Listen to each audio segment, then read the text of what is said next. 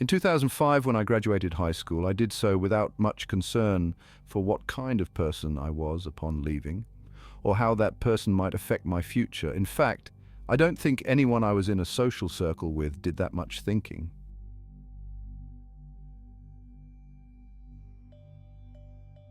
My parents made the mistake of giving me $200 in graduation money that was added to another $150 from various proud relatives. I could have donated a portion of it or put it in a savings account, but I didn't. I got crocked with some of my other delinquent friends. It's a little difficult and way more expensive to do that at 17. There's the cost of the drinks, plus the extra money you have to slide the bartender to serve you since he knows you're definitely not 21.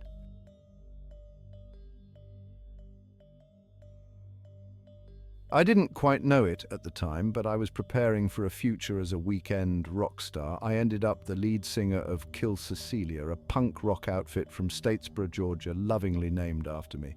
Haven't heard of us? You have something in common with most of the Southeast. In our 2 years as a band, we haven't played many shows, but we've still managed to pick up a small and very passionate fan base along the way. That's how we remember that we don't completely suck. As you can imagine, some of our fans have found our personal Facebook accounts. As someone who couldn't find her own family members on there, I'm not sure how they do it. We're not important enough to have our privacy truly matter yet, so we usually add them back.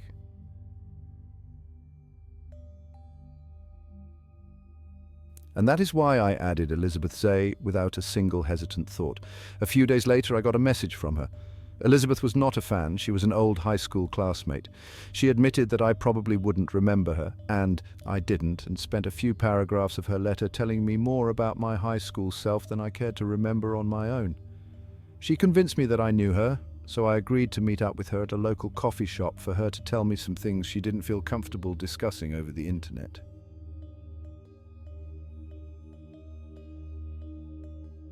There were no pictures associated with her Facebook account, so when I walked into our meeting place, I had to use a process of elimination.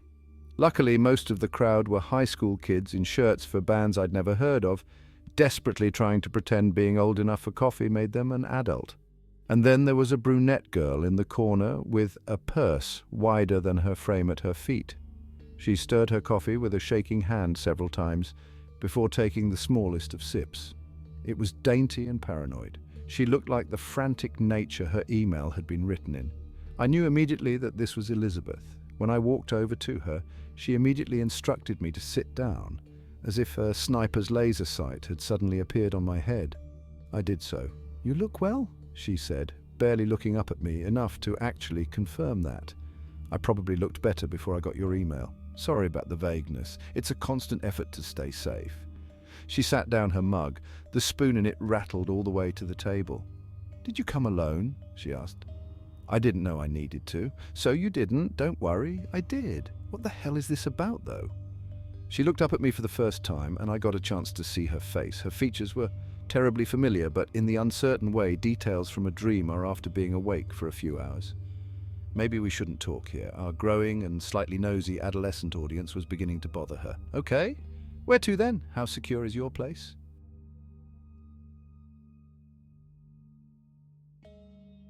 Elizabeth walked into my apartment, quietly judging every bit of decor she got to pass in the process. She finally laid eyes on the framed vinyl sleeve of our album cover mounted to the wall next to the chair she chose to sit in. "Is that you?" she asked.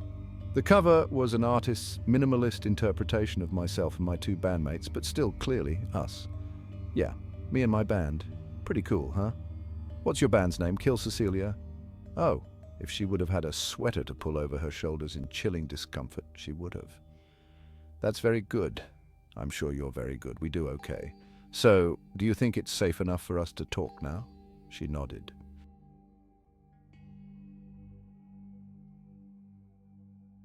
"Do you remember Fiona Russell?" "Of course I did, more in name than in face at this point, but she wasn't easy to fully forget." "Sure, do you remember what you did to her?" "Not really. I have a few less brain cells than what I did in high school, I'm afraid." "Of course I did." With mentalities that clearly carried over from middle school, myself and my group of heathens made the life of Fiona Russell an experience only slightly more appealing than genocide. Simply making fun of her might have been easy, though we did plenty of that. A few times a week, we'd follow a few feet behind her as she walked home. The boys talked explicitly about the violent, horrific things they'd do to her if given the chance, while the girls offered locations to carry out the acts at and ways to keep her quiet about it. I would love to say that we were all talk, but in ninth grade, Chelsea Rivers and I held her down in the back of the school and covered her in used cat litter. And in 11th grade, Jake Myers somehow got her in a janitor's closet and threatened to violate her with a mop stick simply because he was in a bad mood. Well, maybe you need to start remembering and apologizing for it. What do you mean? I have reason to believe Fiona's been playing the Reaper and sending her high school torturers to hell, the ones that made her go through it herself.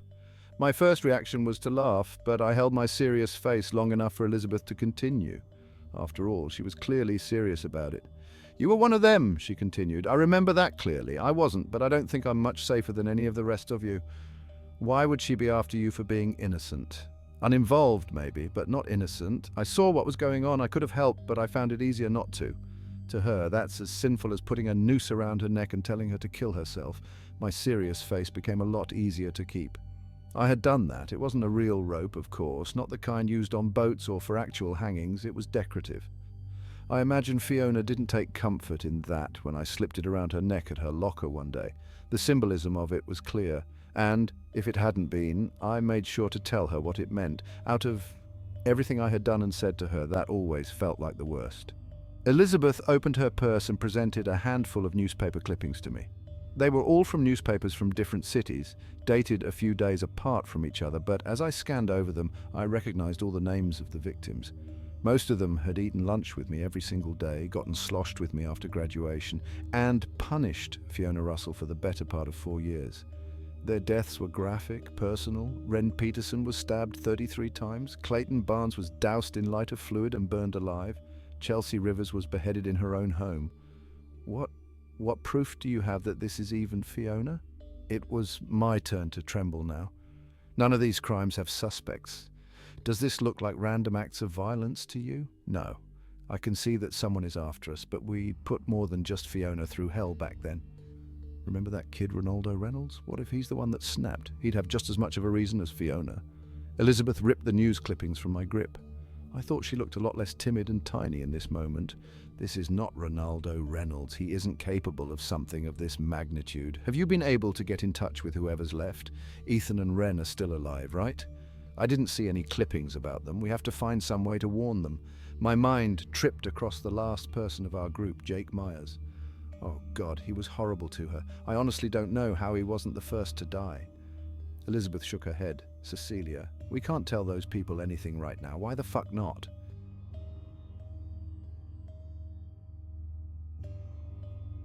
She'll kill me if we do, and then she'll simply continue killing all of you. I know I'm on the list, but me being dead right now does nothing. Do you have any idea the risk I'm taking by contacting you? How do you know you're on the list? I just do. Elizabeth, how'd you find out I was next? Elizabeth shifted her gaze away and selected the words of her response carefully. She told me. You're in contact with this psycho? It's not like I picked up the phone and reached out. She contacted me. It was months ago before any of this started. She found me on Facebook. We Skyped a few times, caught up on our lives. She looked and sounded fine, well-adjusted. She was interested in being friends with me. Why didn't you contact us sooner to warn us about her rampage? She didn't exactly lay out her plans for me, and even if she would have, I honestly don't know if I would have believed her. She seemed so normal. In my mind, I imagined Fiona charging through my door at any moment with an axe and hacking me like she was auditioning for a Japanese horror movie. My chest clenched so tight at the thought I expected my heart to rage quit. If Fiona didn't kill me, the anticipation of her arrival surely would. Elizabeth shrugged. Maybe we deserve it, you know? I mean, I don't know. People should pay for being horrible, right? It's only fair. It was high school. You graduate, grow up, and accept that everyone's horrible to someone at that age. If you weren't, you were probably homeschooled. It's not that easy for everyone. Look, I certainly don't condone her actions, but I can't pretend I don't admire her a little. Elizabeth must have felt the shift in the air around us because she quickly followed that up. Think about it. Most people spend a lifetime letting this stuff create a hole in them that one day becomes big enough to swallow them. And then the people responsible for that hole get to just live their lives and become financial advisors or school teachers or wannabe rock stars. Elizabeth. Elizabeth stood up and locked her eyes in mine. I couldn't figure out where the sudden intensity came from since I had watched her shake like a maraca in the coffee shop a few hours earlier. I slid back onto the sofa a little bit more when she started slowly making her way over to me. Where's the justice for people like you in the world, Cecilia? There's punishment for crimes committed with guns and knives. But what about the ones carried out with words or humiliation? Those are just as dangerous, and the victims have every right to become twisted as a result of them. I think you should leave, Elizabeth. But I have to protect you from Fiona.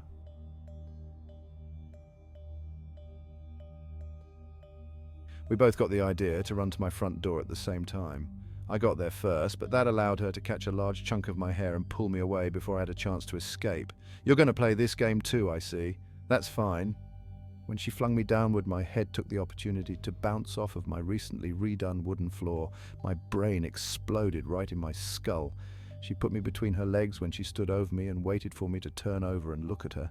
I don't think I look that different, but no one has recognized me. Sure, I've changed my hair color and maybe I got a little plastic surgery done, I'll never tell, but I was so insignificant to you all that none of you bothered to save enough brain space to remember my face. You watched tears come from it every day. You spit in it and yelled threats and insults at it, but you didn't have the courtesy to remember it. She went to her purse and pulled out a rope with a pre-made noose. A real rope, not the decorative kind.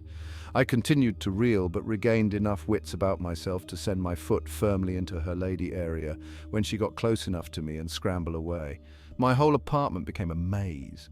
I suddenly couldn't remember what doors led where, if they had locks on them, or if they had a window I could climb out of. I picked the one that happened to be my bedroom and worked my dresser in front of the door in lieu of worrying about a lock that wouldn't stand up to 10 years of marinating revenge anyway. I ran to the window and opened it, hoping that being 5 floors up wouldn't look like an instant death sentence. It did. She was gaining on me. I could hear her opening doors and slamming them a few minutes later after a quick inspection. Finally, the dresser against the door bumped. "Cecilia, what are you doing? You don't have the right to hide from me like this." The dresser bumped with each thrust Fiona gave the door. I ran to my tiny corner desk and opened the drawer, not fully even remembering what I had in it. Through the papers, pens, and uncategorizable junk, I picked up a letter opener. It was around that time that I looked back at the dresser and watched it topple over in slow motion. It was still a hindrance to the door, but her opening was getting wider. Behind me were the double doors to my closet. I quickly jumped inside and prayed my breathing only sounded noisy to me. Being behind completely solid doors made me hopelessly incapable of seeing where she was exploring when she did get in. There are only so many rooms in your apartment, Cecilia, and this one had a dresser behind it, so I'm probably getting pretty warm. Why don't you just come on out? The covers on my bed rustled. She was looking under it. Why did you run when you saw the rope? I know you don't have a phobia. You had no problem with the one you put around my neck that day, Cecilia. You taught me something that day, you know. That everyone enjoys being able to take a life. They may never do it, but it doesn't matter. The ability to do it is intoxicating enough for the general population. A door whipped open to my left, and shower curtain hooks jerked across a metal bar. We were the only ones in the hallway that day, she continued. You could have done a lot more than what you did. The same way Jake could have done more to me in the broom closet, but you and Jake were satisfied with the fear in my eyes. Silence. She couldn't have gone out this window, she mused, to no one in particular, unless she can fly now. Without thinking about it, I charged from the closet with the letter opener in hand. I brought it over my head with the target being her back, but she turned around and I came down on her right breast instead. I didn't hit anything major, and Fiona barely reacted. Instead, she finally wrapped her rope around my neck and tightened it. She walked around and put her foot in my back while she gave it another hard tug. Everything inside of my neck squeezed together and touched. As I desperately fought with the noose to slacken it, she let out a primal scream and rested her hands on her knees a moment. "What did you do that for?" She touched the letter opener lightly and psyched herself up before ripping it straight out, Band-Aid style. She tossed my weapon out of reach and looked back at me. "That wasn't fair, Cecilia, and it hurt like hell." A tiny red splotch invaded her shirt at the point of insertion. "More injustices!" Fiona took the free half of the rope and began dragging me out of the bedroom. I had no choice but to follow, but I flailed and thrashed about like a cat on a leash. This is why what I'm doing is so important. 10 years of pretending you're a decent person has probably glossed over the fact that you hurt me, Cecilia. But that's the best case scenario because you probably never thought you hurt me to begin with. Words are pain, and the way people classify pain as strictly physical is the most disturbing thing about this, believe it or not. You made me feel like I wasn't worth the chance to live my life like a human being, and soon I actually stopped feeling human at all. Did you do this by hitting me? No. Did you do this by acting on all those disgusting things you and your friends threatened me with? No, you did it with your words. Maybe you didn't know exactly what you were making, but this is what you wanted. Look around. This is the hell that you created, Cecilia. Through my tunneling vision, the double doors to my balcony came into view. I didn't have a plan, and seeing them didn't give me one. It did, however, give me a surge of strength that made me think I could haul us both over there. I took lead and changed our direction. The force I used caused us to crash through the doors, shattering several window panes and spilling us onto the outside. Fiona landed in front of me. Before the stun wore off, I took her head in both of my hands and ran it into the nearest wall several times like there was a prize inside. She put distance between us with her arms and pulled my head into her knee using the rope. My nose caught most of it and it ruptured like a dye pack. We could have been friends, Cecilia. She grabbed the back of her head and checked for blood. We had the same taste in music. We had the same taste in boys. We even had the same sense of humor. I might have found many of the things you said hilarious if you would have been saying them to someone else. I gored her into the railing and got both my hands around her neck. It bent her upper half completely over the railing. Fiona seemed amused by the change in power. Could you do me a favor, Cecilia, before you end this? I didn't answer so much as I dug my grip harder into her neck. She grabbed my wrists and held onto them. Could you just tell me that you're sorry? Sorry for what? For everything from high school. I really don't think I owe you an apology anymore. Those things that you did to me still exist. They didn't fade over time or get cancelled out by what I've done to you.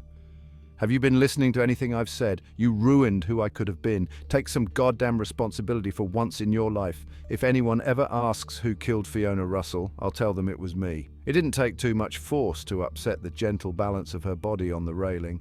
I didn't blink until I saw Fiona hit the ground and the life leave her body in the form of a rapidly expanding red pool. In my first moment of relief, the effects of oxygen deprivation finally dawned on my body and I blacked out.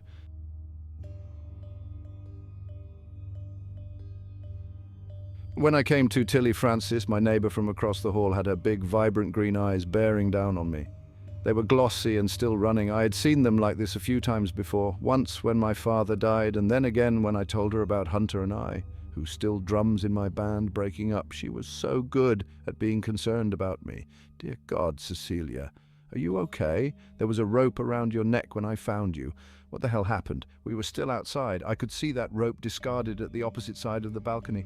Fiona Russell. I had more, but harsh, hacking coughing put a period on that and ignited my vocal cords. Being freed nearly hurt as much as being leashed. Is that who did this? What does she look like? I pointed to the balcony floor. Down there. Tilly removed my head from her lap and stood to peer over the balcony. Holy shit, that's a lot of blood. Where did it come from? What? I pulled myself up and joined Tilly at the railing. She was right, there was a huge pool of blood. It had spread significantly during my unconscious state, but it was the only thing down there now. Where's her body? I don't know. I killed Fiona Russell, Tilly. Where is she?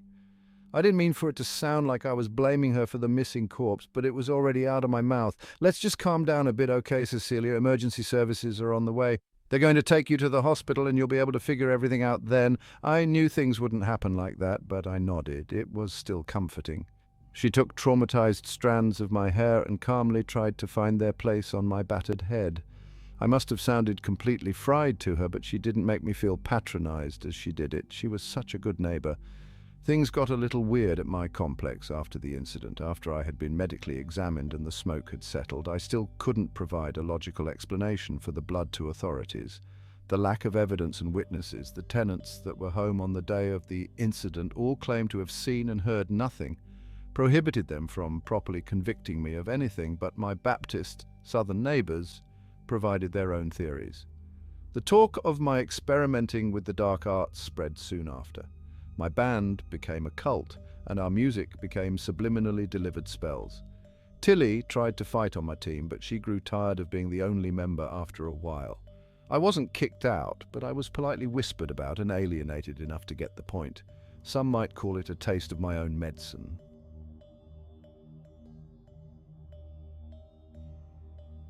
I've had some time to relive the events and words of that day with terrifying clarity, and I'm no longer upset about what Fiona did to me. I'm shocked it didn't happen sooner. Fully absorbing what Fiona said has finally allowed me to shamefully realize that she was right. We absolutely were to blame for what happened to her, and we all deserve what's coming. There is no civil way to pay for desecrating someone's dignity, and I understand that now. In my selfishness, I took away her chance to carry out what she needed to do. But I promise that when she finds me again, and I know she will, that I will not fight it. It's the least I can do.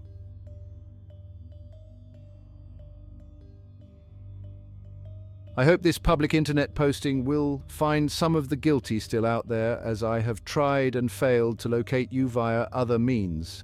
Ren, Ethan and Jake, this is not a warning, though I know you will all most likely receive it that way.